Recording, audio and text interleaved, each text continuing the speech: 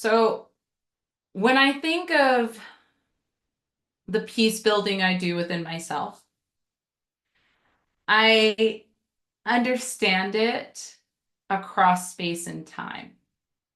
And that helps me see it as valuable, as radical, and it helps me create time for it. When I think of my Indigenous ancestors who were stolen from Africa and trafficked in the transatlantic slave trade, and brought to stolen Indigenous lands. When I think of my Indigenous ancestors who had to survive the genocide, the rape, the slavery on their own Indigenous lands, I think to the realities that they were faced with, the direct, the structural, the cultural violence, the apocalypse of a universe that they were surviving. And they survived because they had hope, because they could see realities that were told to them are not possible and will never be possible. They survived, and I am here.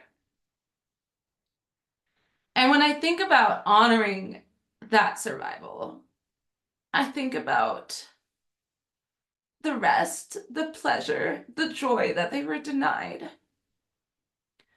And I think about the agency I have to conduct my life and to make choices. And sometimes I can't, depending on the context and the privileges and barriers I'm experiencing. But I do recognize I have some agency to create space for the rest, the joy, the pleasure that they were denied. And that by honoring that for myself, I'm honoring them. And by honoring that for themselves, I'm honoring those that come after me. When I think of my children, Zyra, she's just about 8 years old, and I'm over 6 months into growing Atea. When I think about the legacy I leave through them and those that interact with me in my work, I want them to see and experience a well-rested woman. I want them to see what breaking from this violence can look like. And I want to share the learnings that I acquire from doing that. And that's the legacy I want to leave. Self-care and making time for my doctor's appointments and doing nothing and resting and being on the land can be really, really hard as a mom, as an entrepreneur, as a full-time complex disabled person, as so many other things, as a community member, as a sister, as a daughter. There are so many reasons I shouldn't sit down. And sometimes it's hard to find reason enough in myself. And that, I think, is the beauty of the worldview I carry, in understanding that self is so much more than our individual bodies and our individual existence. And I rely on that and understanding self as those that came before me and those that come after me as a way to create that reason, to be reason enough to rest. As someone who carries very difficult work that is an extension of who I am, there are very specific things I do to protect myself and to build peace within myself. Now, I want to say I am not always in a state of peace. I'm coming to even this call having just been, and this session having just been hospitalized for exhaustion and dehydration, um, at over 6 months pregnant because I have been on the road for months because I have not been resting. And that has come from a place of necessity, and that has come from a place beyond my control. And I do my best not to fill myself with guilt and shame and regret, and to recognize that I will never always be in a state of internal peace, but I will always be taking steps to achieve balance and equilibrium. So where I recognize I cannot be in a state of peace right now, I can take steps to make sure that I protect that peace when I'm able to. And some ways that I do this, I try to plan my year and plan my work with a seasonal cycle. So when I look to my ancestors, pre-colonial contact, they didn't work with the same energy and the same urgency all year round. They worked with the seasons. And how they exerted themselves was in alignment with the changing natural world around them, where it was recognized it's going to be hard during this time of year. So we need to make sure that we rest and that we create space for rest during this time of year.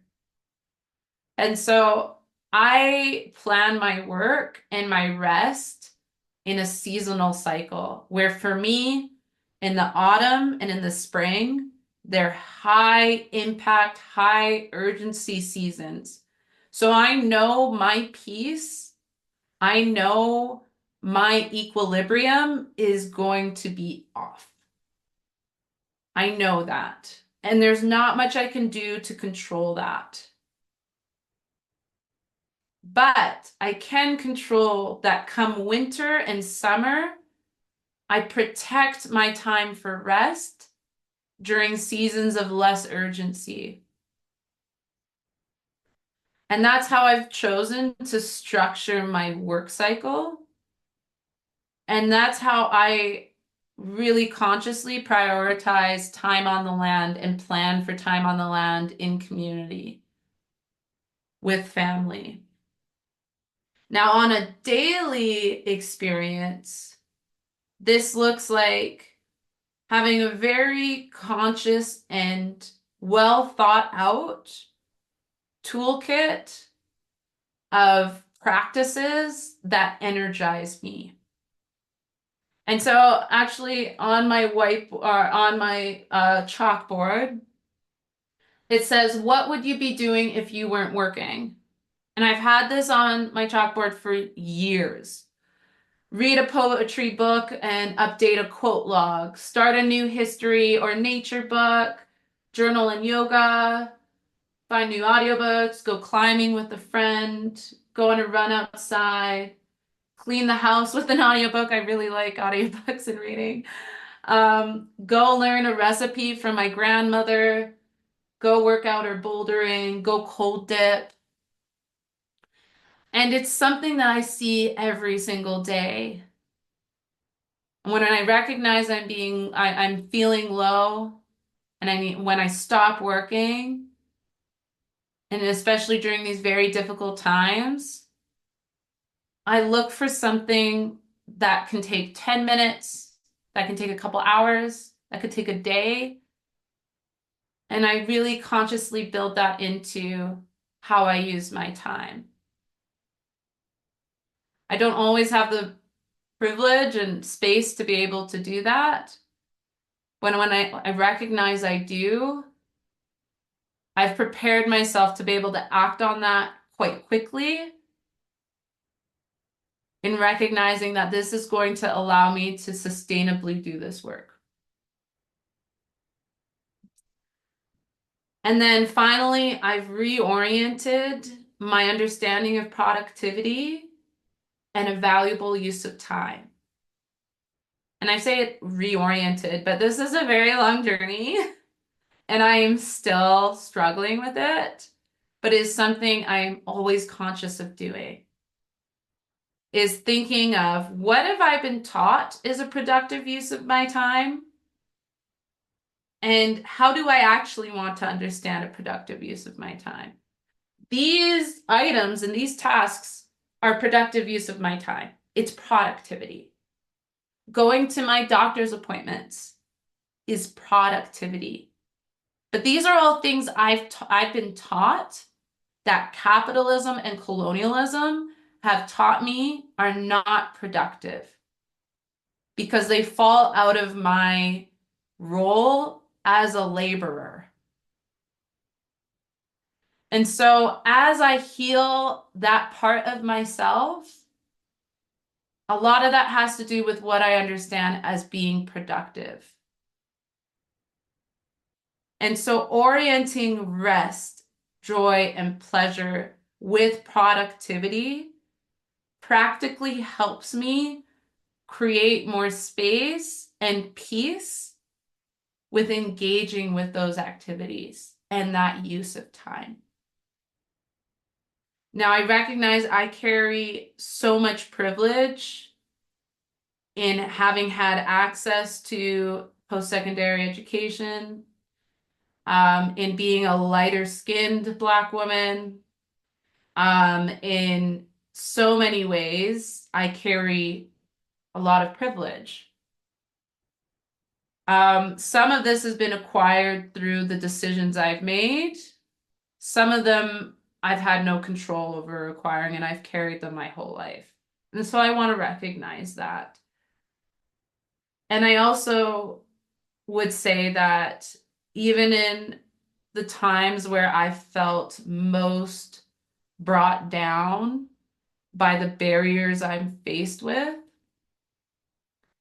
even the mental reorientation of that, spending 10 minutes before bed reading that book, taking that time for myself or listening to that book, that is the rest I'm going to be able to achieve right now. And rationalizing that as enough and recognizing I'm pissed off that this is all I get to do. I'm pissed off that this is my reality. I'm going to seek to understand how can I structurally and culturally change this. And oftentimes it's my rest that drives my peace building, my productivity, is that frustration and that anger of understanding I can do this, but so many people can't, or I can't do this and so many people can. And so that's how I'm able to do this work sustainably. That's why I've been able to do this work for over half my life. And this is what I'm trying to teach to my children. And this is what I want for my children. And I'm doing my best to live that through how I live my life.